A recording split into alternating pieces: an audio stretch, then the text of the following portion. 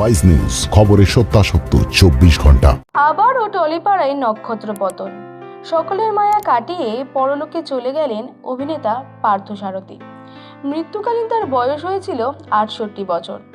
প্রায় 1 মাসেরও বেশি দিন ধরে চিকিৎসা চলছিল তার। 22শে মার্চ রাত 11:50-এ শেষ নিঃশ্বাস ত্যাগ করেছেন তিনি। অভিনেতার মৃত্যুতে শোকের ছায়া টলিপাড়ায়। সিওপিডির সমস্যা ছিল তার। শেষ জীবনে পাশে পাননি পরিবারকে।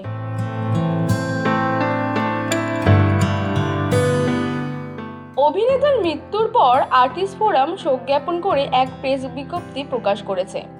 জানানো হয়েছে, পার্থসারথীর নশ্বদেহ দুপুর 2টোর সময় আনা হবে টেকনিশিয়াল স্টুডিওতে। সেখানেই রয়েছে আর্টিস্ট ফোরামের দপ্তর। তখনই অন্যান্য শিল্পী ও কলাকুশলীদের পার্থসারথীর পার্থিব দেহে মাল্যদানের অনুরোধ করা হয়েছে। 4 দশকেরও বেশি সময় ধরে বাংলা ফিল্ম ইন্ডাস্ট্রিকে নিজের অভিনয় দিয়ে সমৃদ্ধ করেছেন পার্থসারথী। সিনেমা, সিরিয়াল, এমনকি নাটকের মঞ্চেও তিনি বিরাজ করেছেন সহমহিমা। লাঠি, প্রেম আমারের মতো ছবিতে তার অবদান মনে রাখার মতো। 2023 সালে পুজোর সময় মুক্তিপ্রাপ্ত রক্তবীজ ছবিতে দেখা যায় পার্থসারথীকে। 2021 সালে করোনা আক্রান্ত হয়েছিলেন। তখন ফুসফুসটা একটু ক্ষতিগ্রস্ত হয়েছিল। সেবার সুস্থ হয়ে বাড়ি ফিরেছিলেন, কিন্তু এখন আর তাকে ফেরানো গেল না।